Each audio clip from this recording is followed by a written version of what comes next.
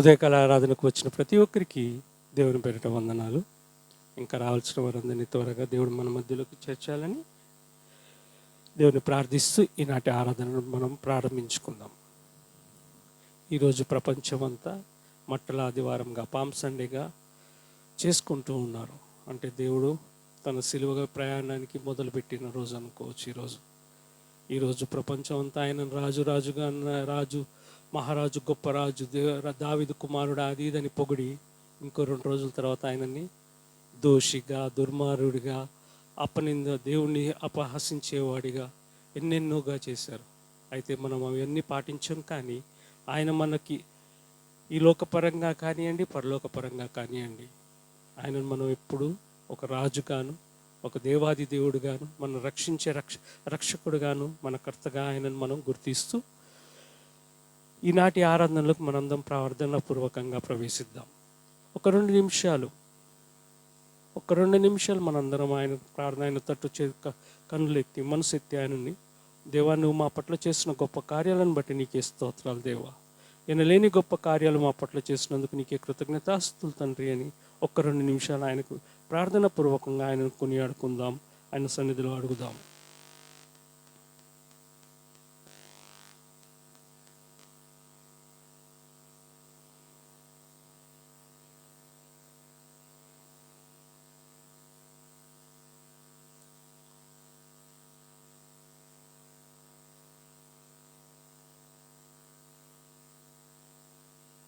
ప్రార్థన చేసుకుందామండి.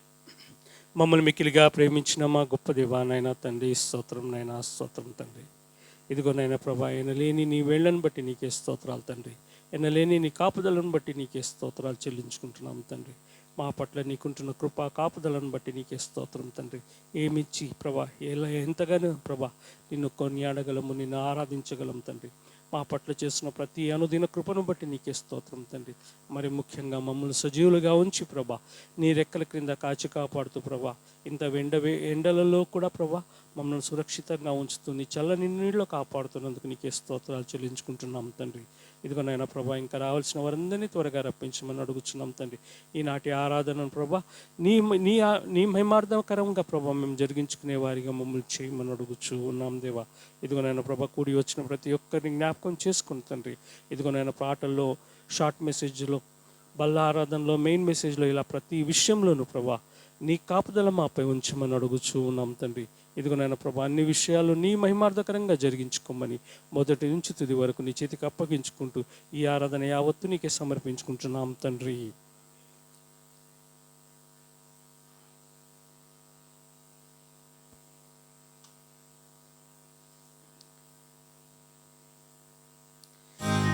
మన దేవుడు ఆయన రుచి చూసి కొనియాడుకుందామండి.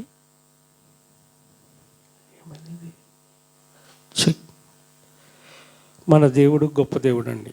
అలాంటి దేవుడిని, ఆ రుచిని మనం ఎరిగిన వారం కాబట్టి ఆయనను, దేవా నీ రుచిని నేను ఎరిగిన దేవుడు తండ్రి, అందుకే నిన్ను ఉత్తముడని నిన్ను ఆశ్రయిస్తున్నాను తండ్రి, నా రక్షకుడు నీవే దేవా అని ఆయనను మనందరం కలిసి ఆయన స్తుతించుకుందాం.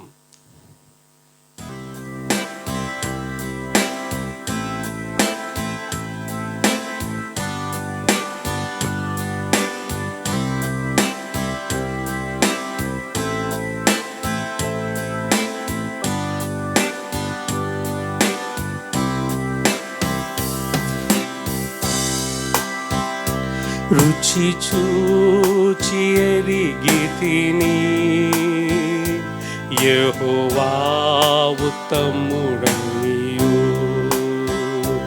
రుచి చూచి ఎరిగితిని,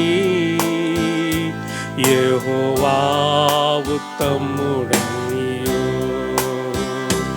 రక్షకునాశ్రయించి నీ ధన్యుడనైతిని. రక్షకునాశ్రయించి నీ ధన్యుడనైతిని. రుచి చూచి ఎరిగితిని, యెహోవా ఉత్తముడనియు. రుచి చూచి ఎరిగితిని యెహోవా ఉత్తముడనియు.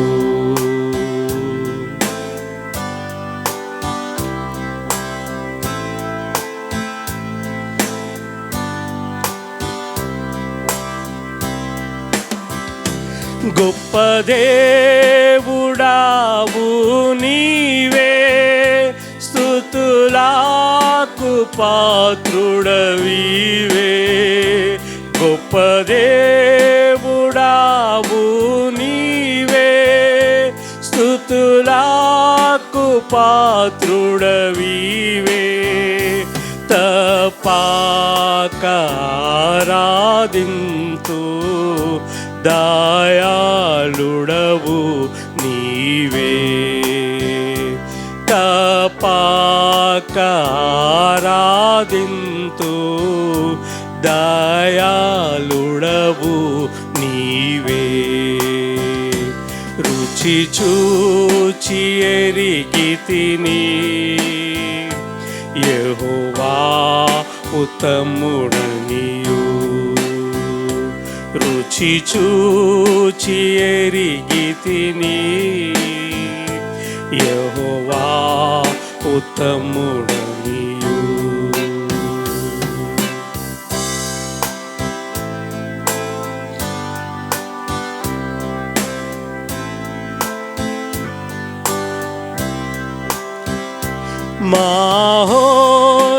మహోన్నతుడవగు దేవా, ప్రభావము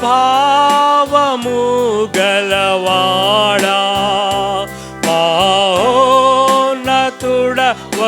దేవా, ప్రభావము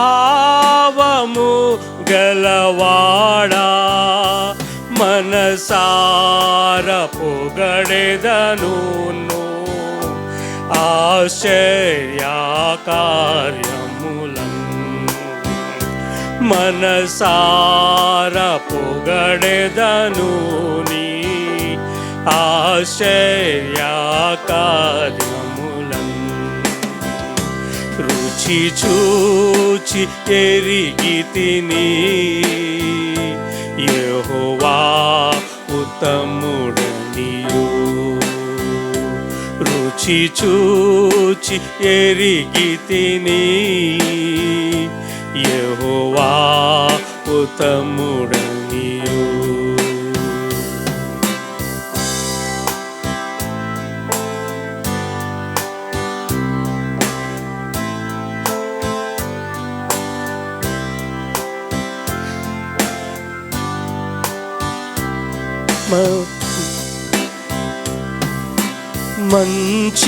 మంచితనము గల దేవా, అతి శ్రేష్ఠుడవు అందరిలో. మంచితనము గల దేవా, అతి శ్రేష్ఠుడవు అందరిలో. ముదమార పాడెద నిన్ను అతి సుందరుడావనియు. ముదమార పాడెద నిన్ను అతి సుందరుడావనియు. రుచి చూచి ఎరిగితిని యెహోవా ఉత్తముడనియు. రుచి చూచి ఎరిగితిని యెహోవా ఉత్తముడనియు.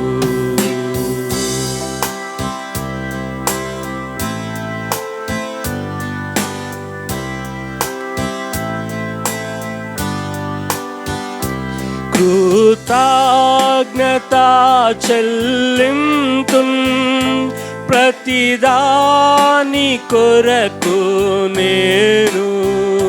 కృతజ్ఞత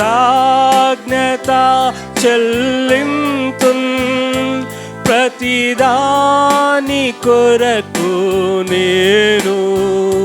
క్రీస్తుని యందే తృప్తి హర్షించెదను. క్రీస్తుని యందే తృప్తి పొంది హర్షించెదను. రుచి చూచి ఎరిగితిని యెహోవా ఉత్తముడనియు. రుచి చూచి ఎరిగితిని యెహోవా ఉత్తముడనియు.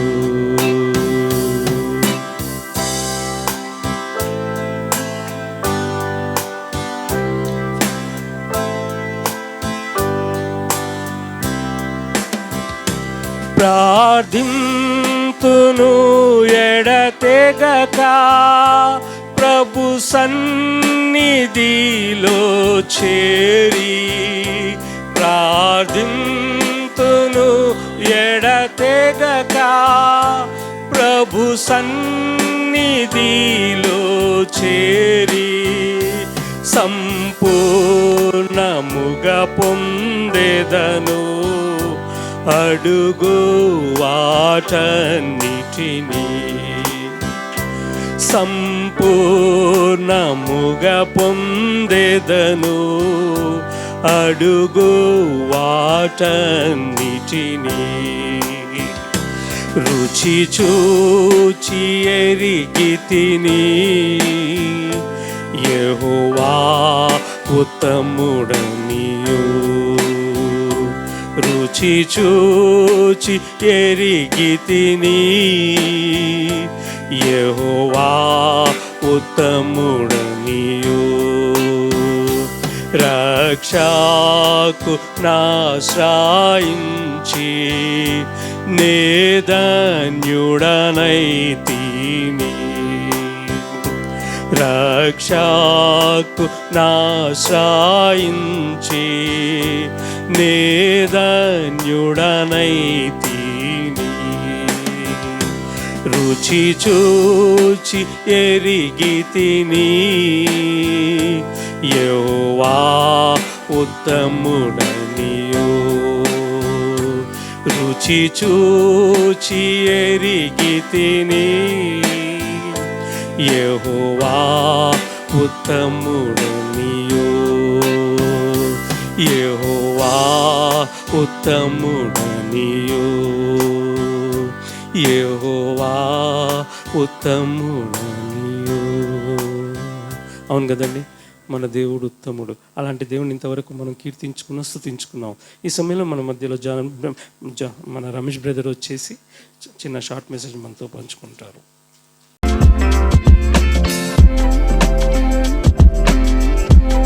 ఈరోజు అందరూ వచ్చారు నా షార్ట్ మెసేజ్ కోసం అనుకుంటా. దేవుడు నడిపించాడు అందరినీ.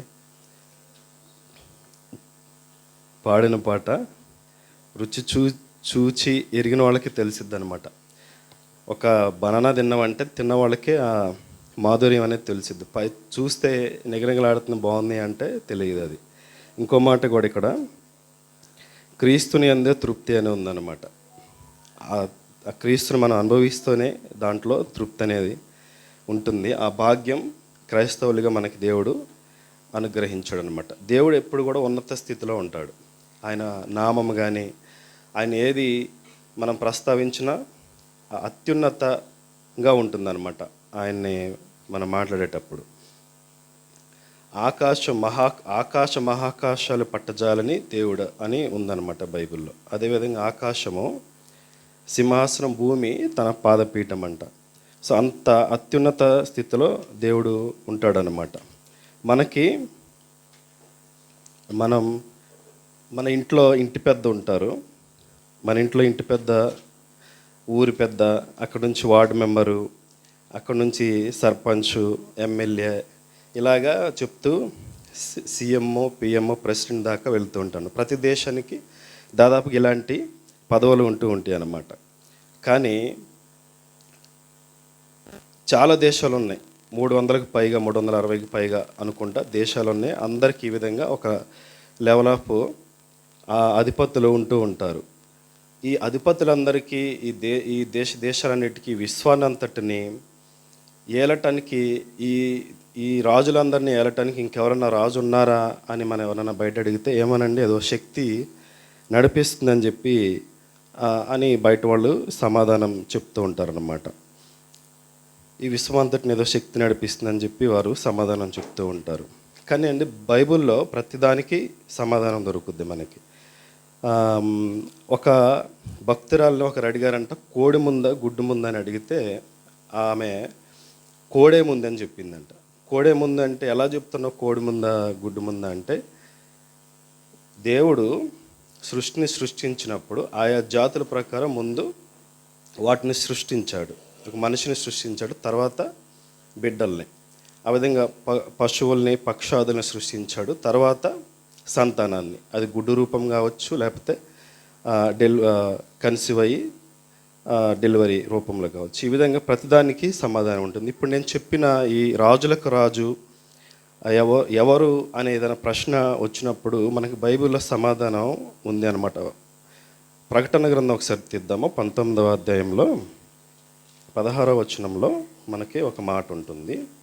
రాజులకు రాజును ప్రభులకు ప్రభును అను నామము ఆయన వస్త్రము మీదను తొడ మీదను రాయబడి ఉన్నదని చెప్పి ఇక్కడ లేఖనం సెలవిస్తుంది అనమాట. క్రీస్తు గురించి మాట్లాడుతున్నారు. ఈ రాజులకు రాజు అంటే రాజులకు రాజు అనే మాట బైబిల్లో చాలా చోట్ల ఉంది, నేను ఇక్కడ తీసుకుంటున్నాను. ఈ రాజులకు రాజు, ఈ విశ్వాన్ని అంతటిని ఏలే రాజు మనకి తండ్రి అన్నమాట. మనకి ఈ తండ్రిని మనము పొందుకోవాలంటే, ఈ తండ్రి దగ్గర నుంచి మనం ఏమన్నా పొందుకోవాలి అంటే, లేకపోతే మనం ఆశీర్వదింపబడాలి అంటే, ఇంత పెద్ద రాజులకే రాజు, విశ్వాసాన్ని అంతటిని ఏలే రాజు ప్రసన్నం ఎలా అవుతుంది, ఆయన అపాయింట్మెంట్ మనకి ఎలా దొరికిద్ది, ఏమన్నా తపస్సు చేయాలా, లేకపోతే ఏమన్నా ఇంకా పెద్ద పెద్ద ఉపవాస ప్రార్థనలు చేయాలా, ఇంకేదన్నా చేయాలా అనే ఒక ప్రశ్న వచ్చినప్పుడు ఖచ్చితంగా ఇప్పుడు మనం ఎవరన్నా ఒక అధికారి దగ్గరికి ఒక కలెక్టర్ గారి దగ్గరికి వెళ్ళాలనుకోండి, కలెక్టర్ గారి దగ్గరికి వెళ్ళాలంటే ఎన్నో అపాయింట్మెంట్స్, ఎన్నో ప్రయత్నాలు చేసిన తర్వాత కానీ కలెక్టర్ గారి దగ్గరికి వెళ్ళటానికి అవకాశం కుదిరిద్ది అనమాట. నేను మొన్న న్యూస్ పేపర్లో ఒక విషయం చదివాను.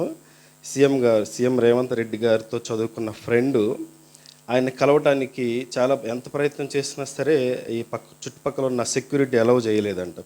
న్యూస్ పేపర్లు ఇచ్చారు.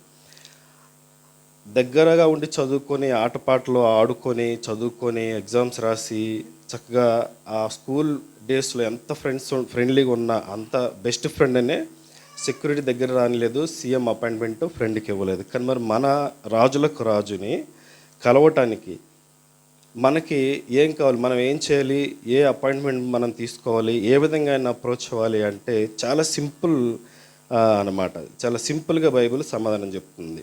మనం తల క్రిందకు తపస్సు చేయక్కర్లా, లేకపోతే ఇంకేమీ చేయని అవసరం లేదనమాట.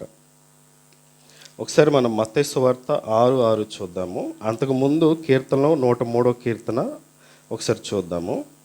దీనికి ప్రకటన గ్రంథం 19:16కి రిలేటెడ్గానే ఉంటుంది. ఒకసారి చదవండి. కీర్తన 103:19.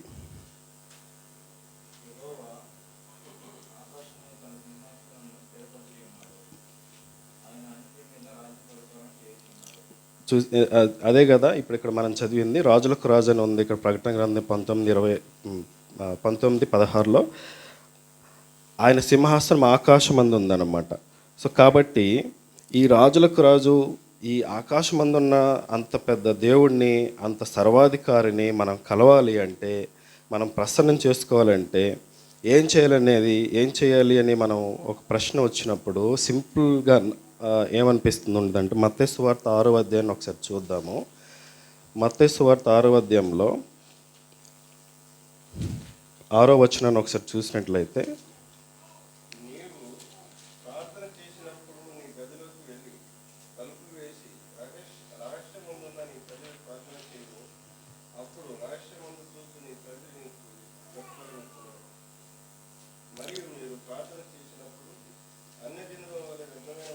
చాలు బ్రదర్. సో ఇక్కడ ఏం చెప్తుందనమాట, రహస్యమందు ఉన్న, రహస్యం అంటే ఇక్కడ మామూలుగా దేవుడు మనకి ఆయన ఎక్కడో చీకట్లో ఉన్నారు అది కాదనమాట. జస్ట్ ఆ దేవుడు కనిపించాడు, అంతేగాని రహస్యం ఉన్న చీకట్లో కనిపించుకున్నాడా అది కాదనమాట. సో దీన్ని బట్టి మనకేమర్థమవుతుంది, ఈ 6వ అధ్యాయం 6వ వచనాన్ని బట్టి మనకేమర్థమవుతుందంటే జస్ట్ ప్రార్థన చేస్తే సరిపోతుందన్నమాట. ఒక చిన్నపాటి ప్రార్థన, నీవు ప్రార్థన చేయనప్పుడు నీ గదిలోనికి వెళ్ళి తలుపు వేసి రహస్యమందున్న నీ తండ్రికి ప్రార్థన చేయమని చెప్పి సింపుల్గా సెలవిస్తున్నాడు అనమాట. ఇక్కడ కొంతమంది చాలా రకాలుగా ప్రార్థన చేస్తున్నవి ఏం తప్పు కాదు, కానీ ఉపవాస ప్రార్థనలు చేస్తారు, దీర్ఘ ప్రార్థనలు చేస్తారు, ఇంకా రకరకాలుగా చేస్తూ ఉంటారు అన్నమాట. అంత పెద్దగా చేయాలా అంటే ఇక్కడ సింపుల్గానే దేవుడు నేను నీకు ప్రసన్నం అవుతానని చెప్తున్నాడు, నేను నీ మాట వింటానని చెప్తున్నాడు, నీకు ప్రత్యుత్తరం ఇస్తానని దేవుడు సెలవిస్తున్నాడు అన్నమాట. కాబట్టి ఈ భూలోకంలో ఏ అధికారినైనా ఏ పెద్దవారినైనా మనం కలవాలి అంటే చాలా చాలా టైం పడుతుంది. కానీ మన దేవుణ్ణి మనం కలవాలి అంటే, మన దేవుణ్ణి మనం ప్రసన్నం చేసుకోవాలి అంటే సింపుల్ అన్నమాట. మనం ప్రార్థన చేసుకొని విరిగి నలిగిన హృదయంతో మనం ఎప్పుడైతే దేవుని దగ్గరికి వెళ్ళి ప్రార్థన చేసుకుంటామో, ఇక్కడ చూస్తే మనము కింద మాట, అప్పుడు రహస్యమందు చూచు నీ తండ్రి నీకు ప్రతిఫలం ఇచ్చినని చెప్తున్నాను అన్నమాట. అదే కదా, ఎంత దేవుడు ఈ సృష్టినంతటిని సృష్టించే దేవుడు బైబిల్లో మన గురించి ఏమనుందంటే నీటి బిందులు వంటి వారము, దుమ్ము ధూళి వంటి వారము అని బైబిల్ సెలవిస్తుంది అనమాట. ఇంత చిన్న మనల్ని అంత ఆకాశంలో నుండి సృష్టినంతటిని విశ్వానంతటిని నడిపించే దేవుడు, మనం జస్ట్ గదిలోకి వెళ్ళి ఒక ప్రార్థన చేసుకుంటే ఆయన మనకి ప్రతిఫలం ఇస్తానని చెప్తున్నాడు అన్నమాట. కాబట్టి మన దేవుణ్ణి మనకంత యాక్సెస్ ఉంది, తనని అందరూ అంగీకరించారు, వారందరికీ పిల్లలు అవడానికి దేవుడు అవకాశం ఇచ్చాడు. అదొక అవకాశం అయితే ఆయన దగ్గర చేరటానికి కూడా దేవుడు ఒక సింపుల్ యాక్సెస్ తోటి మనకు అవకాశం ఇస్తూ ఉన్నాడు. కాబట్టి మన దేవుడు గొప్ప దేవుడు అన్నమాట. ఇంకా చాలా ఉన్నాయి. ముందు మనం ఏదో భూలోకంలో ఉన్న మనకున్నటువంటి అన్నిటినీ ప్రయత్నం చేసి ఒకదాని తర్వాత ఒకటి, ఏదైనా సమస్య వచ్చిందంటే ఒకదాని తర్వాత ఒకటి ప్రయత్నం చేసి అన్ని ప్రయత్నాలు మనకి దక్కనప్పుడు ఏం చేస్తామంటే అప్పుడు దేవుడు గుర్తొస్తారనమాట. అది కాదు, ముందు మనము ఇప్పుడు సీఎంని కలవాలంటే చాలా టైం పడుతుంది, మన దేవుడిని కలవాలంటే సింపుల్ అనమాట. కానీ మనం ఇక్కడ ఉన్నటువంటి అధికారులందరితోటి మనం కలిసి జరగని పక్షంలో అప్పుడు మన సర్వోన్నతుని దగ్గరికి మనం వెళ్తాం అనమాట. అది కాదు, అది చాలా తప్పు. సింపుల్గా మన గదిలోకి వెళ్ళి ప్రార్థన చేసుకుంటే దేవుడు డెఫినెట్గా మన మొర విని, మన ప్రార్థన విని మనకి ప్రతిఫలం ఇచ్చేది. ఆయన సర్వోన్నతుడు. ఇప్పుడు మనకి ఏదైనా అనారోగ్యం ఉందనుకోండి, ముందే డైరెక్ట్గా డాక్టర్ దగ్గరికి వెళ్ళటం కాదు, దేవుని దగ్గరికి వెళ్ళాలి. అందుకని ఆయనకి వైద్యులకు వైద్యుడు పరమ వైద్యుడు అని చెప్పి దేవుడు సెలవిస్తున్నాడు. సైన్యాధిపతి, ఇలాగా ఆయన నామము అత్యున్నత నామం అనమాట. ఆయన అత్యున్నతంగా ఉంటాడు. మహాకాశాలు పట్లజాలిన దేవుడు, పరిశుద్ధాకాశము నుండి ప్రత్యుత్తరం ఇచ్చే దేవుడు. ఇవన్నీ బైబిల్లో ఉన్నాయన్నమాట. కాబట్టి మనము ఇక్కడ భూలోకంలో ఉన్న అధికారులు ఎవరు ఏం చేయరు, ఏ గవర్నమెంట్ వచ్చినా ఏమీ చేయదు. ఇక్కడ ఉన్న వాళ్ళందరూ ఎవరో కూడా ఈ గవర్నమెంట్లో నాకు మంచి జరిగింది, ఆ గవర్నమెంట్లో మంచి జరిగిందని ఎవరు చెప్పలేరు. మనం కష్టపడకుండా ఏది అవ్వట్లేదు. అంటే దేవుని కృప ద్వారా మనం కష్టపడితేనే అవుతుంది. కానీ ఏ ప్రభుత్వమైనా ఏ అధికారి అయినా సరే ఏం చేయరండి. దేవుడే మనకి ఏదైనా చేసేవాళ్ళు అనమాట. దేవుడే మనకి ప్రతిఫలం ఇచ్చే దేవుడు అనమాట. కాబట్టి మనం ఇది నమ్ముదాము, నమ్మి మనం ముందుకు నడిచేట్లయితే ఖచ్చితంగా దేవుడు, అంత సర్వోన్నతమైన దేవుడు మనకి ప్రతిఫలం ఇచ్చి మన అవసరతల అక్కతలని తీర్చే దేవుడు. దేవుడు ఈ వాక్యం అందరితో మాట్లాడగాక. Thank you brother. ఈ సమయంలో అందరం కొద్దిసేపు నించొని మనం దేవుని ఆరాధించుకుందామండి. ఆయన చేసిన గొప్ప కృపలను మనమందరము ఇంతవరకు రుచి చూసాము. ఇప్పుడు అందరిని బట్టి దేవా, నిన్నే నేను కొలుతున్నయ్యా, నువ్వు చేసిన మేళ్ళన్నీ నేను జ్ఞాపకం చేసుకుంటున్నాయ్యా, ఎందుకంటే నీవే నా రాజు అయ్యా. అందుని బట్టి నీకు స్తోత్రం దేవా అని అందరం కలిసి ఆయనను ఘనంగా ఆరాధించుకుందాం.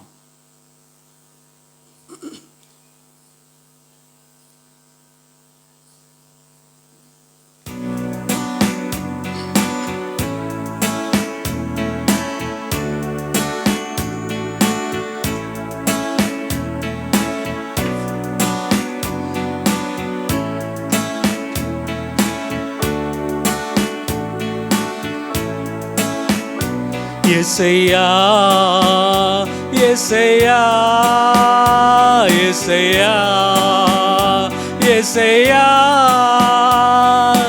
యేసయ్యా యేసయ్యా యేసయ్యా యేసయ్యా నిన్నే నిన్నే నీ కొలుతునయ్యా నీవే నీవే నా రాజువయ్యా దేవా నిన్నే నిన్నే నీ కొలుతునయ్యా నీవే నీవే నా రాజువయ్యా యేసయ్యా యేసయ్యా యేసయ్యా యేసయ్యా యేసయ్యా యేసయ్యా యేసయ్యా యేసయ్యా యేసయ్యా యేసయ్యా యేసయ్యా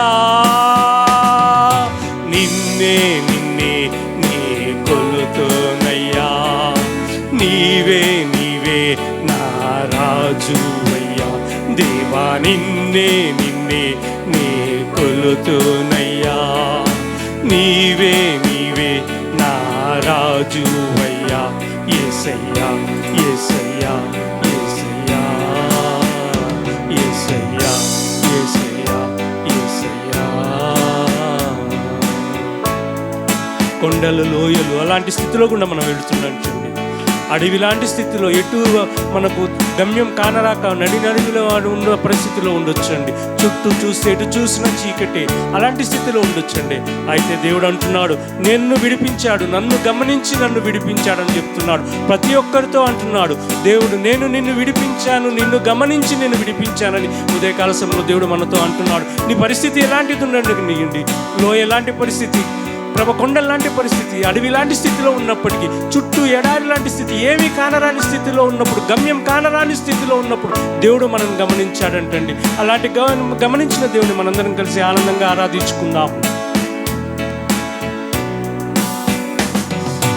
కొండలలో లోయలలో అడవులలో ఎడారులలో కొండలలో లోయలలో అడవులలో ఎడారులలో నన్ను గమనించినావా,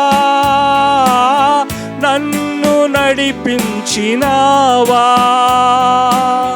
నన్ను గమనించినావా, నన్ను నడిపించినావా. యేసయ్యా యేసయ్యా యేసయ్యా యేసయ్యా నిన్నే నిన్నే నీ కొలుతునయ్యా నీవే నీవే నా రాజువయ్యా దేవా నిన్నే నిన్నే నీ కొలుతునయ్యా నీవే నీవే నా రాజువయ్యా యేసయ్యా యేసయ్యా యేసయ్యా యేసయ్యా యేసయ్యా యేసయ్యా యేసయ్యా యేసయ్యా యేసయ్యా యేసయ్యా యేసయ్యా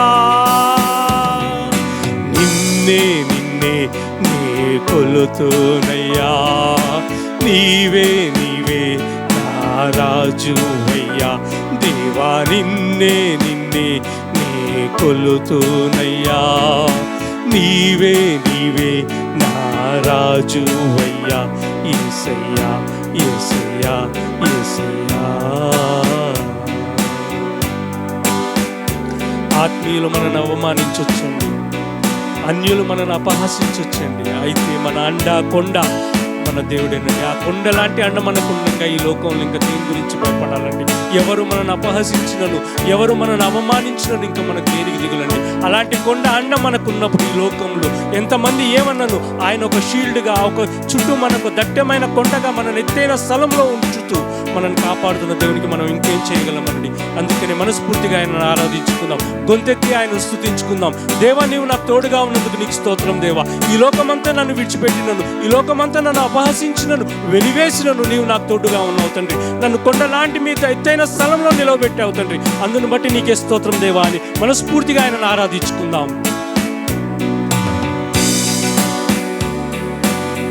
ఆత్మీయులే నన్ను అవమానించగా, అన్యులే నన్ను అపహసించగా, ఆత్మీయులే నన్ను అవమానించగా, అన్యులే నన్ను అపహసించగా, అండ నీవైతివయ్యా, నా కొండ నీవే యేసయ్యా,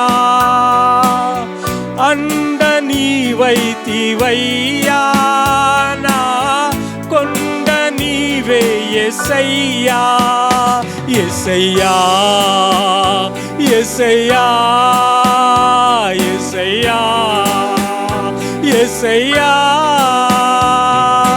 నిన్నే నిన్నే నే కొలుతునయ్యా, నీవే నీవే నా రాజువయ్యా. దేవా, నిన్నే నిన్నే నే కొలుతునయ్యా, నీవే నీవే నా రాజువయ్యా.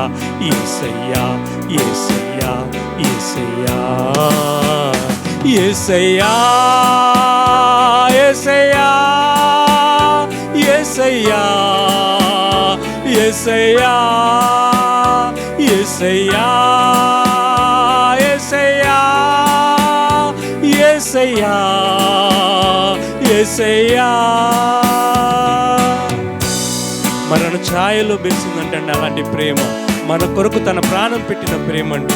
ఆయన మరణిస్తూ కూడా మనల్ని ప్రేమించిన దేవుడు, మనల్ని ప్రేమిస్తూ తన ప్రాణాన్ని మనకు పణంగా పెట్టాడండి. ఇంత గొప్ప ప్రేమను మనం ఇంకెక్కడైనా పొందగలమా? ఇంత గొప్ప ప్రేమను మనం ఏమైనా చేయగలమండి? ఎవరైనా మనకి ఇలాంటి గొప్ప ప్రేమని వాళ్ళగలరా? నలిగిపోయిన జీవితాలండి మనవి, ఎటు చూసినను మలిగిపోతున్న జీవితాలలో ఆయన మనకు తోడుగా ఉన్న దేవుడు, ఆయన మనం రక్షిస్తున్న దేవుడు. ఎందుకంటే మన బలపరిచే దేవుడు, నేను నిన్ను బలపరిచి యెహోవాను ఆయన మన వాగ్దానం చేసిన దేవుడు. అలాంటి గొప్ప దేవుడు మనకు ఉన్నాడండి. ఆ వాగ్దానాన్ని బట్టి దేవునికి స్తోత్రాలు చెల్లిస్తున్నాం తండ్రి. దేవా, నేను నా జీవితంలో నలిగిపోయానయ్యా, బలహీనమైపోయానయ్యా, నాకు బలం లేదయ్యా. అయితే నీవునే బలపరచయ్యా, నీవు నన్ను లేవనెత్తయ్యా, నన్ను నిలబెట్టు తండ్రి. అందును బట్టి నీకే, నువ్వు నాకు రాజు అయ్యా, అందును బట్టి నీవు నాకు దేవుడవయ్యా అని ఆరాధించుకుందాం. మరణ ఛాయలో మెరిసిన నీ ప్రేమ, నలిగిన బ్రతుకున కురిసిన నీ కృప. మరణ ఛాయలో మెరిసిన నీ ప్రేమ, నలిగిన బ్రతుకున కురిసిన నీ కృప. నన్ను బలపరచెనయ్యా, నిన్నే గణపరతునయ్యా, నన్ను బలపరచెనయ్యా, నిన్నే గణపరతునయ్యా. యేసయ్యా, యేసయ్యా, యేసయ్యా, యేసయ్యా. నిన్నే నిన్నే నే కొలుతునయ్యా, నీవే నీవే నా రాజువయ్యా. దేవా, నిన్నే నిన్నే నే కొలుతునయ్యా, నీవే నీవే నా రాజువయ్యా. యేసయ్యా, యేసయ్యా, యేసయ్యా, యేసయ్యా, యేసయ్యా, యేసయ్యా, యేసయ్యా, యేసయ్యా, యేసయ్యా, యేసయ్యా, యేసయ్యా. నిన్నే నిన్నే నీ కొలుతునయ్యా, నీవే నీవే నా రాజువయ్యా. దేవా, నిన్నే నిన్నే నీ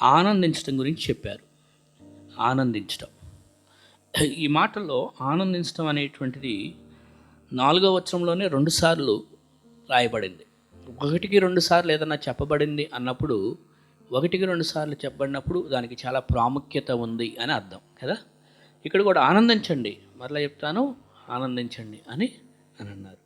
ఎందుకు, ఎవరిని బట్టి అంటే ప్రభువునందు, దేవుని బట్టి ఆనందం. దేవుని పిల్లలంగా మనం ఈ విషయాన్ని ఎప్పుడు కూడా గుర్తుపెట్టుకోవాలి. చాలాసార్లు దుఃఖిస్తూ, ఏడుస్తూ, కన్నీరు గారుస్తూ, చింతిస్తూ, బాధపడుతూ ఉండే సందర్భాలు ఎక్కువగా ఉంటాయి. కానీ దేవుని పిల్లలంగా మనం ఆనందించాలి, ప్రభువుని బట్టి ఆనందించాలి. ఎందుకనంటే తర్వాత వివరణ ఇచ్చాడనమాట. ఎందుకు వివరణ ఇచ్చారంటే, దేనిని గురించి మీరు చింతపడొద్దు అన్నాడు. ఎందుకోసం అనంటే, దేవుని దగ్గర మీరు తెలియచేయండి, ప్రార్థనా విజ్ఞాపనల చేత కృతజ్ఞతాపూర్వకంగానే పలమాట. సో కృతజ్ఞతాపూర్వకంగా తెలియజేయండి అని పరిష్కారం ఇస్తున్నారు కాబట్టి, ఆల్రెడీ పరిష్కారం అవైలబిలిటీ ఉన్నప్పుడు ఇంక మరి దేనికి ఇంకా మనం దుఃఖిస్తూ ఉండాలి కదా. పరిష్కారం, ఒక సమస్యకి పరిష్కారం ఒకటి ఉంది అని మనకు తెలిసింది.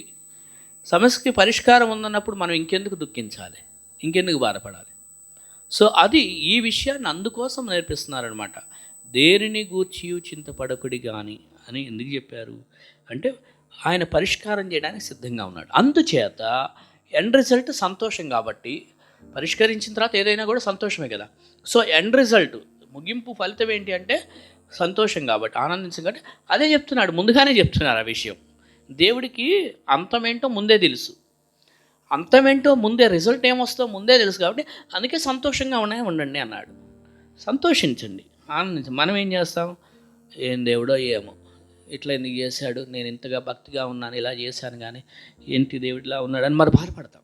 కానీ చూడండి, కొన్ని మాటలు మనం గమనించాలి. యోబు రాసిన పత్రికలో 1వ అధ్యాయము 21వ వచనం. యోబు 1:21.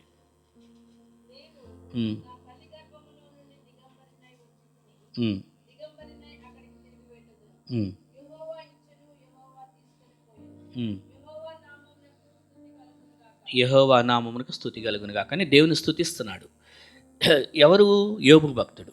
ఏం సందర్భము ఆయన అంటే, ఆయనకున్న అన్ని ఇప్పుడు ఒక్కొక్కటిగా ఈ యోబు జీవితంలో చూస్తే కష్టాలు మొదలైనవి.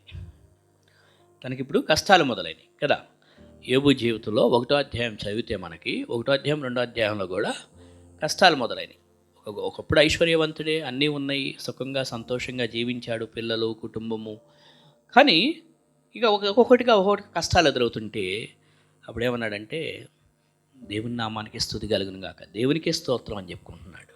అక్కడే మళ్ళీ 2వ అధ్యాయంలో 10వ వచనం కూడా వాళ్ళ భార్యతో చెప్తున్న మాటల్లో ఆయన వైఖరి చూడండి. యోబు 2వ అధ్యాయం 10వ వచనం.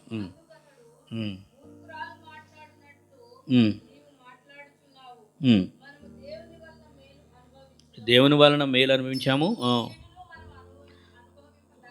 మరి మేలు అనుభవించిన మనం కీడు అనుభవించడానికి ఒప్పుకోమా దేవుని దగ్గర?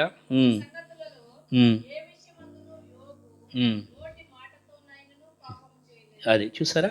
సో అతడు నోటి మాటలతో ఎక్కడ కూడా దేవుని దూషించినట్టు, ఏం దేవుడో ఏమో, ఎందుకు ఇట్లా చేశాడు, నేను చాలా భక్తిగానే ఉన్నాను కదా, ఎందుకు నాకే కష్టాలు వచ్చినాయి, ఎందుకు బాధ వచ్చింది అని ఎక్కడ అనుకోలే. కానీ దేవుని నామానికి స్తుతి కలుగును గాక అన్నాడు. అయ్యా, ఒకప్పుడు మేలు అనుభవించాం, సరే ఇప్పుడు ఏదో కొద్ది కష్టం వచ్చిందనుకో, ఈ కీడు అనుభవించదా, అది కూడా అనుభవించాలి. దేవుడు మేలు తీసుకొచ్చాడు మన జీవితంలో కంటే, మేలు తీసుకొచ్చినప్పుడేమో ఓ ప్రభువా నువ్వు చాలా గొప్పవాడు దేవుడా అన్నాం కదా.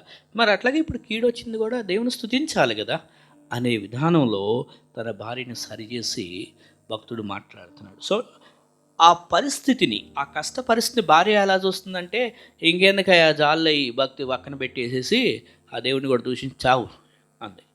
అంతే కదా. అక్కడ భార్య ఏమంది, ఇంక జాలే కానీ ఇక చావు, నీవు చేస్తే చాలు అన్న కదా. మనలో కూడా చాలామంది ఆ మాట అంటామేమో, ఇక చావు, ఇంకెందుకు లే, నీ బ్రతుకు నాకు వేస్ట్, కానీ నువ్వు చేస్తే మంచిది అంటామేమో, కొంతమంది అంటారు కదా. ఇక్కడ అదే అయింది. నువ్వు చావు, నువ్వు ఉండి ఏం ప్రయోజనం, ఇంకా నీ వల్ల ఏం ప్రయోజనం, మాకేమైనా ప్రయోజనమా, ఏమైనా చూసావా, ఏమైనా చేసావా, ఏం ప్రయోజనం ఇంకా. కానీ అట్లా అనొద్దు అని సరి చేస్తున్నాడు ఆ నోటి మాటని. ఆ నోటి మాటల్లో ఒక్కటైనను కూడా అయ్యో నేను ఒక్క మాట మాట్లాడానంటే దేవుడికి లెక్క అప్పచెప్పాలి ఈ మాట విషయంలో అని కొంతమంది క్యాజువల్గా ఎంత పెద్ద మాట వస్తే అంత పెద్ద మాట అనేస్తారు. కానీ నేను ఈ మాటకి మళ్ళీ దేవునికి లెక్క అప్పచెప్పుకోవాలి అనే భయం ఉండదు. అందుకనే ఆ భార్య అట్లా ఇష్టం వచ్చినట్టు మాట్లాడుతుంటే యోబు సరి చేస్తున్నాడు, అయ్ నువ్వు సరిగా మాట్లాడు, దేవుడి దగ్గర మేలు వచ్చినప్పుడేమో అనుభవించానన్నావు, ఇప్పుడేమో ఇక చావు మేలు అంటావు, చాస్తే మంచిదంటావా, ఇంకెందుకు దేవుడు వద్దంటావా అని. కాబట్టి మనం ఏం మాట్లాడుతున్నాం, మన నోటి మాట వలన ఎలా ఉంది, దేవుని స్తుతించే మాటలు వస్తున్నాయా లేకపోతే దేవుని దూషిస్తున్న మాటలు వస్తున్నాయా, అది మనం గుర్తుపెట్టుకోవాలి. కాబట్టి ఏ వ్యూ పాయింట్తో మనం చూస్తున్నాం, ఇక్కడ భార్య ఒక వ్యూ పాయింట్తో చూస్తుంది, యోబు ఒక వ్యూ పాయింట్తో చూస్తున్నాడు. కష్టాన్నే చూసుకొని ఏం దేవుడో ఏమో ఈ కష్టాలు పెట్టాడు అన్నట్టుగా ఇక ఆమె. కానీ ఆయన అంటున్నాడమ్మా దేవుడు ఉన్నాడు, దేవుడు మేలు ఇచ్చినప్పుడేమో సంతోషంగా అనుభవించాం కదా, మరి ఇప్పుడు కష్టం వచ్చింది అది కూడా అనుభవించుదాం, దేవునికే స్తుతి కలుగును గాక, దేవునికే మహిమ కలుగును గాక. ఈ వ్యూ పాయింట్తో మనం ఆలోచన చేసామనుకోండి ఏమైతే తెలుసా, ప్రతి పాయింట్ కూడా ఏం చేస్తాం తెలుసా, ఇందా ఫిలిప్పీలో చదివాం, ఆనందిస్తాం, ప్రభునందు ఆనందిస్తాం, దేవుడు నాకు మేలు చేస్తాడు కదా, మళ్ళీ ఆనందం వస్తాం. ఎందుకు ఆ మాట అనుకోవడానికి గల కారణం ఏంటి, ఎందుకు అంత మాట చెప్పాడు అంటే దేవుడు ఏంటో, దేవుని శక్తి ఏంటో, దేవుని గొప్పతనం ఏంటో యోబుకు తెలుసు కాబట్టి, అర్థం చేసుకున్నాడు తన జీవితంలో కాబట్టి. అందుకనే తర్వాత మనం చూస్తే యోబు 42వ అధ్యాయంలో 42వ అధ్యాయము ఆడ 10వ వచనం ఒకసారి చదువుతారా, యోబు 42:10.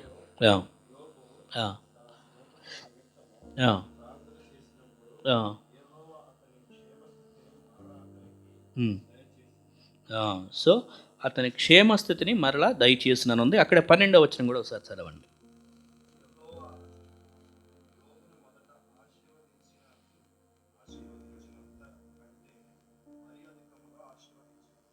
సో ఇంతకుముందు ఆశీర్వదించిన దానికంటే మరీ అధికంగా ఆశీర్వదించాడు. సో దేవుడు ఎండ్ రిజల్ట్ ముందుగానే చెప్తాడు కాబట్టి, అంటే అర్థం చేసుకున్న వాళ్ళకే తెలుస్తుంది కాబట్టి ముందుగా ఆనందిస్తాం, స్తుతించడం నేర్చుకున్న వాళ్ళకి, నిజంగా అర్థం చేసుకున్న వాళ్ళు దేవుని స్తుతిస్తారు. దేవుని అర్థం చేసుకున్నాడు యోబు, దేవుని స్తుతించాడు. ఏదో ఈరోజు బాగా మేలు చేస్తేనేమో దేవుడు గొప్పోడండి అని చెప్పుకుంటాను, ఇక కష్టం తెప్పిగానే ఏం దేవుడు అనండి అని అనుకుంటారండి. అట్లా అనుకోలేదు యోబు. దేవుడు స్తుతించే మనసు కలిగిన వాడుగా, అదే డివైన్ వ్యూ పాయింట్, దైవ దృష్టితో ఆలోచన చేస్తున్నాడు అతను. సో మన జీవితంలో అర్థం చేసుకోవాల్సింది ఏంటంటే, పరిస్థితులు ఏదైనా ఎదురైనప్పుడు, అది ఏ పరిస్థితి, ఫ్యామిలీలో అవ్వచ్చు, చర్చిలో అవ్వచ్చు, మినిస్ట్రీలో అవ్వచ్చు, జాబ్ చేసే ప్లేస్లో కొలీగ్స్ మధ్య ఉండొచ్చు, ఫ్రెండ్ సర్కిల్లో ఉండొచ్చు, ఎవరి దగ్గర అయినా ఏ పరిస్థితి ఎదురైనా ఆ పరిస్థితిని దేవుని కళ్ళతో ఆలోచించడం మొదలుపెట్టండి, దేవుని ఆలోచనలతో. ఈ పరిస్థితి వచ్చింది అంటే ఈ పరిస్థితిలో కూడా నేను దేవుని స్తుతించాలి అనేది మనం అర్థం చేసుకుంటే, దేవుని స్తుతిస్తే అప్పుడు ఏం జరిగిద్దంటే, రిజల్ట్ ఏమైందంటే, ఇదిగో ముందు ఆశీర్వదించినంతకంటే రెండంతల ఆశీర్వాదం వచ్చింది. సో దేవుని ఆశీర్వాదం మనం జీవితంలో కావాలని కోరుకున్నాం, కానీ పరిస్థితులు కష్టాలు రాగానేమో దేవుని మీద సణుక్కుంటూ ఉంటే ఎట్లాగా. సో అందుకని యోబు అన్నాడు, అయ్యా అమ్మ మనం మేలు అనుభవించాం కదా, కీడు ఎదురైందేమో, ఇప్పుడు కొంతకాలం అనుభవించుదాం, కొంతకాలం బాధ వస్తుందేమో, కానీ దేవుణ్ణి స్తుతించుదాం, దేవుని నామానికే స్తుతి కలుగును గాక అనాలి. దేవుడు అన్నీ ఇస్తే దేవానికి థ్యాంక్స్ అని చెప్పేసి ఏదైనా పోగానే, ఏదైనా వద్దని మన దగ్గర నుంచి తీసివేయబడగానే ఏం దేవుడో ఏమో అది వద్దు మనం. అందుకని మరొక మాట మనం గమనిస్తే, అంటే దేవుని దృష్టితో చూడాలి పరిస్థితుల్ని అని చెప్తున్నాం కదా. ఈ మాటకు వస్తే ఒక మాట మనం బైబిల్లో చదవాలి. ఆదికాండం 45వ అధ్యాయంలో 4-5 వచనాలు ఒకసారి చదవం. ఆదికాండం 45, 4-5 వచనాలు.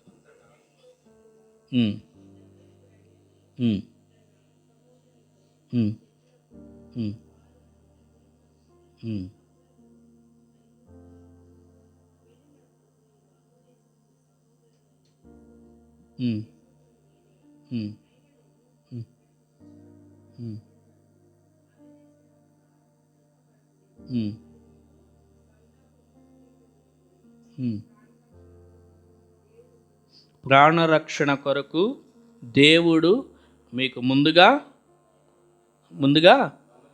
సో ఈ మాట యోసేపు దేవుని దృష్టితో ఆలోచన చేసి దేవుడు నన్ను పంపించాడని చెప్తున్నారు, కానీ మీరు నన్ను ఇట్లా అమ్మేశారు, మీరు నాకు ద్రోహం చేశారు, మీరు నన్ను నాశనం చేశారు అని అంటలా. అనేకులకి ప్రాణరక్షణ కొరకు దేవుడు నన్ను ముందుగా పంపాను అని.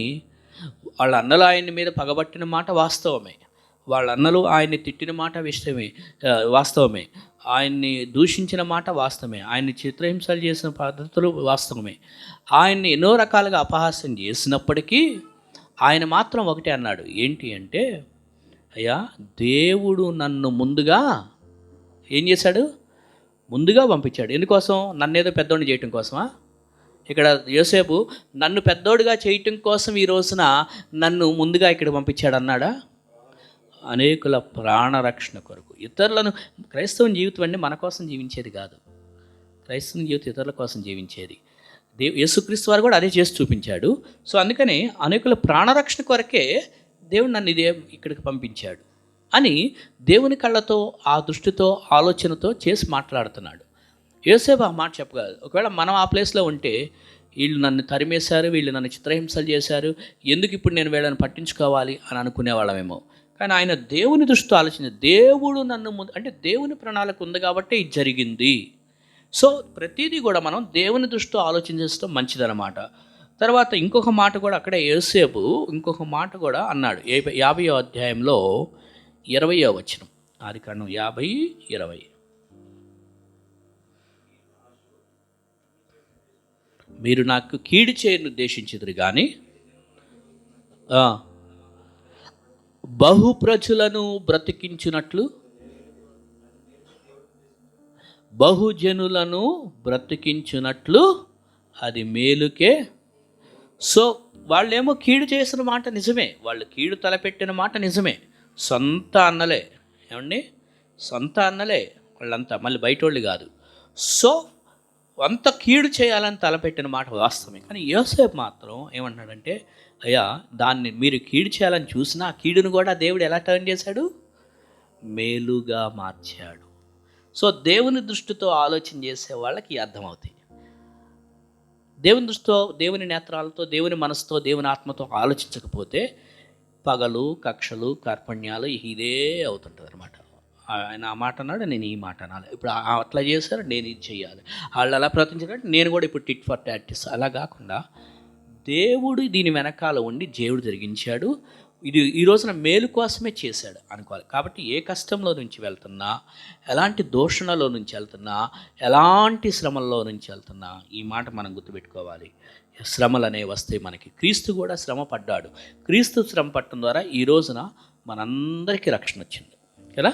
యేసుక్రీస్తు వారు అవమానాలు భరించడం ద్వారా, యేసుక్రీస్తు వారు సిలువ వేయబడటం ద్వారా మనందరికీ రక్షణ వచ్చింది. మనందరికీ ఇప్పుడు నిత్య జీవం అనే పరలోకం ఉంది. నిత్య నరకం నుంచి దేవుడు తప్పించాడు. పాపక్షమాపణ ఉంది. ఇన్ని ఆశీర్వాదాలు ఉన్నాయి.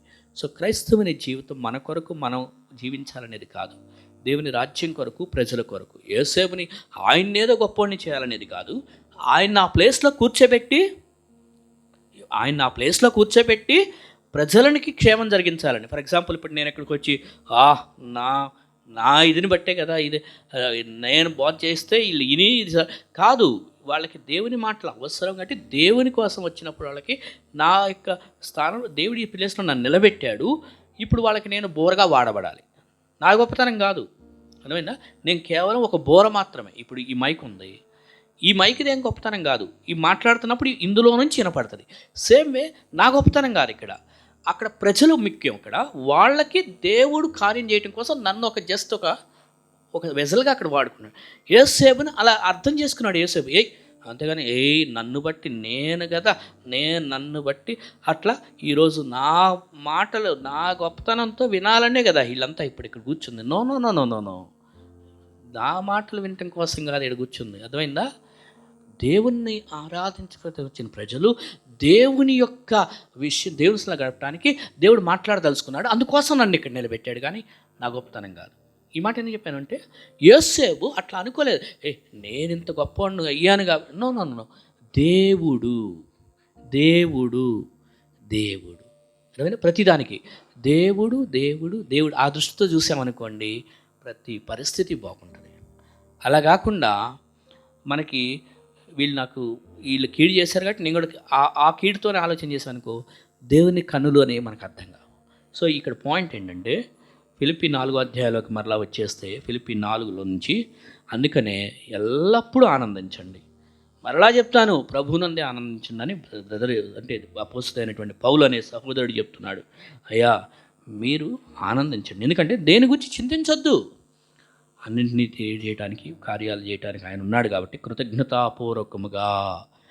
ఎందుకు ఈ కృతజ్ఞతాపూర్వకంగానే పదం వాడారంటే గతంలో మనం ఎన్నోసార్లు మీరు ప్రార్థన చేస్తే కన్నీరు గారిస్తే దేవుడికి సహాయం చేశాడు కదా, సేమ్ వే ఇప్పుడు మరలా ఇంకా సహాయం చేస్తాడు. కృతజ్ఞత కలిగి ఉండాలి. గతంలో హెల్ప్ చేశాడు, ఇప్పుడు కూడా చేస్తాడు. అందుకే థ్యాంక్స్ గివింగ్ హార్ట్. కొంతమంది ఏం చేస్తారు, కృతజ్ఞత అనేది ఉండదు. మేలైతే పొందుకుంటారు, దేవుడి నుంచి మేలైతే కావాలి, మనుషుల నుంచి మేలైతే కావాలి, కానీ తర్వాత ఏం చేస్తారు, ఏం చేశారు వాళ్ళు, ఏముంది ఇంకా ఎక్కువ చేయాలి, వాళ్ళకు ఉన్నాయిగా, చాలా ఉన్నాయి చేయాలి, వాళ్ళు డబ్బులు ఉన్నాయి వాళ్ళ దగ్గర, ఓళ్ళు అంత ఉన్నాయి, వాళ్ళ దగ్గర చాలా ఉంది చేయాలి ఇంకా. నో కృతజ్ఞత భావం, కృతజ్ఞత థ్యాంక్ఫుల్నెస్ అనేటువంటిది చాలా మనకుంటే దేవుడు ఇంకా మంచిది అనమాట. అంటే దేవుడుగా ఆయన సర్వశక్తి గల దేవుడుగా చేయాల్సిందే. ఆయన ఇష్టం. ఆయన అన్నాడు ఆయనకి ఎవరికి ఏం చేయాలనుకుంటున్నాడు. ఎందుకంటే ప్రజల మనసు ఏంటో ఆయన తెలిసినవాడు. ఎవరు సరైన దృష్టితో ఆలోచన చేస్తున్నారు, ఎవరు వేరే దృష్టితో ఉంటున్నారు. కాబట్టి దేవుని దగ్గర దేవుడి గురించి చింతించకుండా నా దేవుడు నాకు సహాయం చేస్తాడు. అయ్యా నీకు థ్యాంక్స్ అయ్యా, గతంలో కష్టాల్లో ఉన్నప్పుడు హెల్ప్ చేసావు, ఇప్పుడు దుఃఖం వచ్చింది సరే, కానీ ఇప్పుడు కూడా నువ్వు హెల్ప్ చేస్తావు, నేను నీ వైపు చూస్తున్నా అని ఆ విధంగా మనం దేవుని వైపు చూద్దాము, దేవునికి థ్యాంక్స్ తెలుపుకుందాం. అప్పుడు యోసేపు వలె ఆలోచన చేసిన వారు మాత్రం మనుషులైతే కీడు తలపెట్టడం కోసం చేశారు.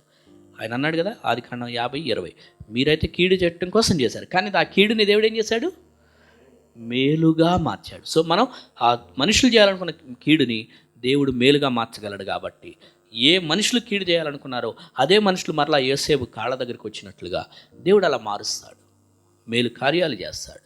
అంత గొప్ప దేవుడు మనకున్నాడు. కాబట్టి దేవుని మీద ఆధారపడదాం, దేవుని యందు ఆనందించుదాం, దేవుని బట్టి సంతోషించుదాం, దుఃఖపడొద్దు, చింతిస్తూ కూర్చోవద్దు. నా దేవుడు గొప్ప దేవుడు, నేను ఆయనతో ఉన్నా, ఆయన నాతో ఉన్నాడు, నా పక్షంగా ఆయన కార్యాలు చేస్తాడు. ఇటువంటి ధైర్యంతో మనము ఉందాం. అటువంటి కృప దేవుడు మనకి దయచేయను గాక. ప్రకాష్ గారు వాక్యం కొరకు ప్రార్థన చేస్తారు, ఆ తర్వాత మనం బలలో పాల్గొందాం.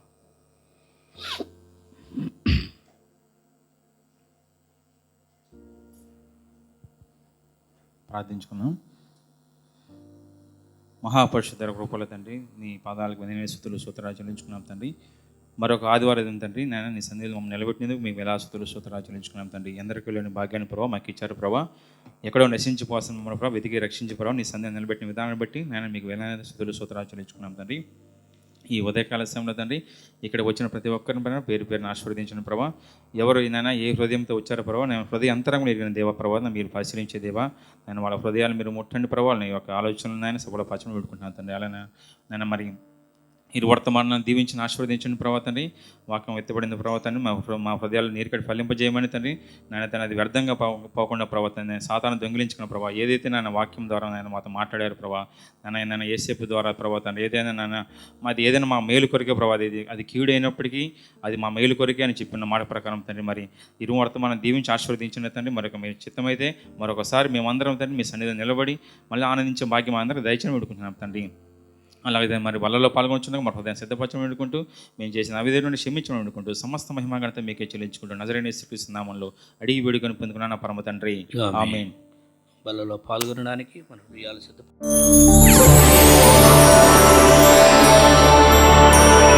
చేసుకుందాం. ఒకవేళ ఏదైనా దేవునికి అయిష్టమైనది హృదయంలో ఉంటే దేవుని క్షమించమని అడుగుదాం. ఎలా ఉంది మన హృదయం దేవుని ఏట? రెండు రకాలుగా ఉన్నటువంటిగా ఉంటుందా? సరి చేయబడదాం. లోకస్తుల దగ్గర నేను లోకస్తులాగా ఉంటాను, దేవుని బిడ్డల దగ్గరికి వచ్చి దేవుని బిడ్డల్లాగా ఉంటానని అట్లాంటి 2 రకాలుగా ఉన్నామా? అలాంటివన్నీ దేవుని దగ్గర సరి చేసుకొని, దేవా నా హృదయం క్షమించే దేవుడు నీవే, నా పాపాన్ని క్షమించే దేవుడు నీవే, క్రీస్తు చేసిన శిలువ కార్యం ద్వారా నాకు క్షమాపణ ఉందని క్రీస్తుని మనం తలపోసుకుందాం, క్రీస్తుని జ్ఞాపకం చేసుకుందాం. ఎందుకంటే ఇది క్రీస్తుని జ్ఞాపకం చేసుకునే సమయం. ఈ యొక్క రొట్టెను రసం చూసినప్పుడు యేసుక్రీస్తు వారు చెప్పారు, ఇది నా శరీరం అన్నారు. అంటే నిజంగానే ఆయన కాలు చెయ్యి మనం చించుకొని తింటున్నామని కాదు, శరీరానికి సాదృశ్యంగా ఉన్నటువంటి రొట్టె. ఈ రొట్టెని చూసినప్పుడు ఆ క్రీస్తు శ్రమ అనేది మనకి అర్థమవుతుంది. కాబట్టి క్రీస్తు శ్రమను మనం జ్ఞాపకం చేసుకుందాం, క్రీస్తు వేదనను జ్ఞాపకం చేసుకుందాం, క్రీస్తు కష్టాన్ని మనం జ్ఞాపకం చేసుకుందాం, క్రీస్తు అవమానాలని మనం జ్ఞాపకం చేసుకుందాం. ఎందుకు? మన పాపాలు క్షమించాలని. కాబట్టి ఏదైనా పాపం ఇంకా ఆయన దగ్గర ఒప్పుకోనిది ఉంటే ఆయన దగ్గర క్షమించమని అడుగుదాం. నా హృదయంలో ఉన్న ఫలానా పాపాన్ని నువ్వు క్షమించి ప్రభా అని దేవుని దగ్గర క్షమాపణ అడుగుదాం. పాప క్షమాపణ కొరకు క్రీస్తుని జ్ఞాపకం చేసుకుందాం. క్రీస్తు క్షమాపణ చేయగలిగినది, క్షమాపణ ఇవ్వగలిగిన వాడు కేవలం క్రీస్తు మాత్రమే. హృదయంలో ఏదున్నా కూడా మనుషుల కోసం ఏం చేయదు, మనుషుల కోసం కాదు. మనకి నీ హృదయాన్ని దేవుడు చూస్తున్నాడు. చనిపోతే దేవుని దగ్గరికి లెక్క అప్పచెప్పాలి మనం, మనుషులకు కాదు. కాబట్టి మన హృదయంలో దేవుని దగ్గర క్షమాపణ అడుగుదాం. పరిశుద్ధుడు అయిన తండ్రి, మా గొప్ప దేవ, మహోన్నతుడా, అయ్యా పాపం చేసింది మేము, నీ అవిధేయులం అయ్యాం నీ దృష్టిలో. అలాంటి మమ్మల్ని క్షమించావు అయ్యా. క్రీస్తు శరీరంగా ఎరగొట్టబడ్డారు, నలగొట్టబడ్డారు తండ్రి, నీకు వందనాలు. క్రీస్తు శ్రమలు పడుతున్నారు, క్రీస్తు వేదన అనిపిస్తున్నారు, క్రీస్తు గాయాలు పొందడం చేత, క్రీస్తు అవమానాలు భరించి అయ్యా నాకు మాకు పాప క్షమాపణ ఇచ్చారు అయ్యా. అందుల కొరకు మేము మీకేమి ఇవ్వగలము తండ్రి? ఏమి ఇవ్వలేక ఈ నా కొద్ది స్తుతి ఆరాధన నీకే సమర్పించుకుంటున్నాను తండ్రి. ఆమేన్. రొట్టెలో పాల్గొందాం.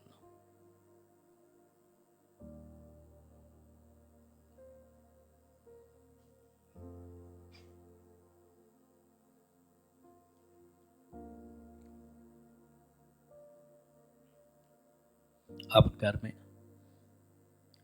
భోజనమైన పిమ్మట ఆయన మరొక పాత్రను ఎత్తుకొని, ఇది అనేకుల కొరకు చిందింపబడుతున్న నిబంధన రక్తం, నన్ను జ్ఞాపకం చేసుకున్నట్టుగా ఇది చేయడి అని చెప్పాడు. కాబట్టి క్రీస్తుని జ్ఞాపకం చేసుకుందాం.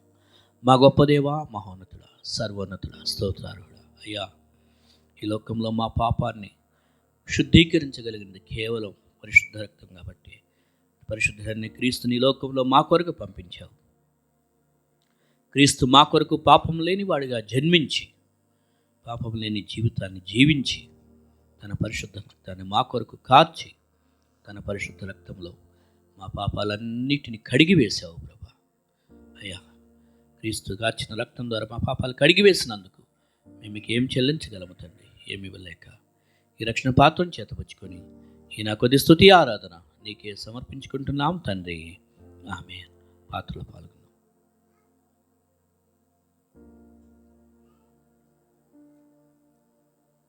మా గొప్ప దేవ, పరలోకపు తండ్రి, పరిశుద్ధ ప్రేమగల తండ్రి, నీకు స్తోత్రాలు, వందనాలు. నీ పరిశుద్ధమైన కార్యాలను బట్టి నీకు వందనాలు అయ్యా. ఈ సమయమున క్రీస్తుని జ్ఞాపకం చేసుకునే గొప్ప తరుణాన్ని మాకు ఇచ్చావు, నీకు వందనాలు అయ్యా. నీ పరిశుద్ధ నామమును బట్టి నీకు స్తోత్రాలు, పరిశుద్ధ కార్యాలను బట్టి నీకు స్తోత్రాలు. నీ పరిశుద్ధ లేఖనాలను మాకు అప్పగించావు, ఆ లేఖనాల్లోంచి మాతో మాట్లాడతావు, నీకు వందనాలు అయ్యా. క్రీస్తు మరణించి తిరిగి లేచి ఉన్నారనే సత్యాన్ని మేము గ్రహించాం అయ్యా. ఈ సత్యాన్ని ఇతరులకు కూడా తెలియజేసి రక్షణలోనికి ప్రజలు నడిపించినట్లుగా మీ కృప మాకు చూపించమని మా ప్రియుడును మా రక్షకుడైన యేసుక్రీస్తు పేరిట ప్రార్థించి వేడుకొంచున్నాం తండ్రి. ఆమేన్. పరిశుద్ధమైన తండ్రి, ప్రేమగల దేవ, మహోన్నతుడా, నీ పరిశుద్ధ నామానికి వందనాలు, స్తోత్రాలు అయ్యా. నువ్వు మమ్మల్ని ప్రేమించావు, మాకు నీ సన్నిధి ఈరోజు జరిగించావు, నీకు స్తోత్రాలు, వందనాలు అయ్యా. నేడు దినమున మరి ఈరోజు ఆరాధనకు వచ్చాము, నీ మాటలు విన్నాం. అవును దేవా, నువ్వు రాజులకు రాజువి, నీ అధికారం గొప్పది. లోకంలో ప్రధానులను అధికారులను ఎవరినైనా కలవాలి అంటే కష్టం. కానీ అయ్యా, నువ్వు రాజులకు రాజు అయినప్పటికీ, మహోన్నతమైన దేవుడు అయినప్పటికీ, నిన్ను ఈజీగా ప్రార్థన ద్వారా నిన్ను చేరివచ్చే అవకాశం మాకు ఇచ్చావు, నీకు వందనాలు. అలాగే నీ వాక్యంలో విన్నట్లుగా దేని గురించి చింతించకుండా నీ యందు ఆనందిస్తూ, నీలో సంతోషిస్తూ, కృతజ్ఞతాపూర్వకంగా మా ప్రార్థనలో నీకు తెలియజేస్తూ ఉండినట్లుగా సహాయం చేయండి ప్రభా. యోసేపు జీవితంలో అర్థం చేసుకున్నట్లుగా, యోబు తన జీవితంలో పలికినట్లుగా, దేవుడిచ్చాడు, దేవుడు తీసుకెళ్ళాడు, కీడొచ్చినా కూడా దేవుడినే స్తుతిస్తాను అని చెప్పుకునేటట్లుగా, అలాగే దేవుడు మేలు కూడా కీడుని కూడా మేలుగా మార్చగలడు అనే ధైర్యంతో మేము కూడా జీవించినట్లుగా మా అందరి హృదయాల్లో మీరు స్థాపించండి. అలాగే నేడు ధర్మన అజయ్ని కూడా నీవు తీసుకొచ్చావు ప్రభా. సాక్ష్యాన్ని బట్టి నీకు వందనాలు. ఉదయవల్లిని, అజయ్ని, వారి కుమారుణ్ణి మీరు జ్ఞాపకం చేసుకొని ఆరోగ్యంతో నింపండి. అలాగే మెర్సీ సిస్టర్ గారు చెప్పిన సాక్ష్యాన్ని బట్టి నీకు వందనాలు. తన కుటుంబాన్ని కూడా నీ కృపలో ఆశీర్వదించండి. ఇలాగా సంఘంలో ఎవరికి అనారోగ్యంగా ఉన్న వారిని ముట్టండి, స్వస్థపరచండి. మరి ఎస్తేర్ సిస్టర్ గారి యొక్క తల్లిగారు సుగుణమ్మ గారి కొరకు ప్రార్థన చేస్తున్నాం. నీ స్వస్థత దయచేస్తూ ఉండండి. రమేశ్వరి గారి కుడి చేతికి ఆ యొక్క వస్తున్న నొప్పిని మీరు ముట్టండి, స్వస్థపరచండి. ఇలాగ ఇంకా ఎవరెవరి హెల్త్ విషయాల్లో ఏ ప్రాబ్లమ్స్ ఉన్నా వారందరినీ నువ్వు జ్ఞాపకం చేసుకోండి. రోషయ్య గారి కొరకు ప్రత్యేకంగా ప్రార్థన చేస్తున్నాం తండ్రి. ప్రకాష్ గారి యొక్క మామగారు, వారిని కూడా నీ కృపలో జ్ఞాపకం చేసుకొని వారికి నీ స్వస్థత ఇచ్చేయమని, ఈ సంఘ బిడ్డలు మీరు ఆశీర్వదించి వారికి రావాల్సిన ప్రతి ఒక్కరికి నీ కృప చూపించండి. వారు ఇచ్చిన కానుక నీ పరలోక సేవ కొరకు వాడుకున్నామని యేసు నామములో ప్రార్థించుకొనిచున్నాం తండ్రి. ఆమేన్, ఆమేన్. Praise Lord. అందరికీ వందనాలండి.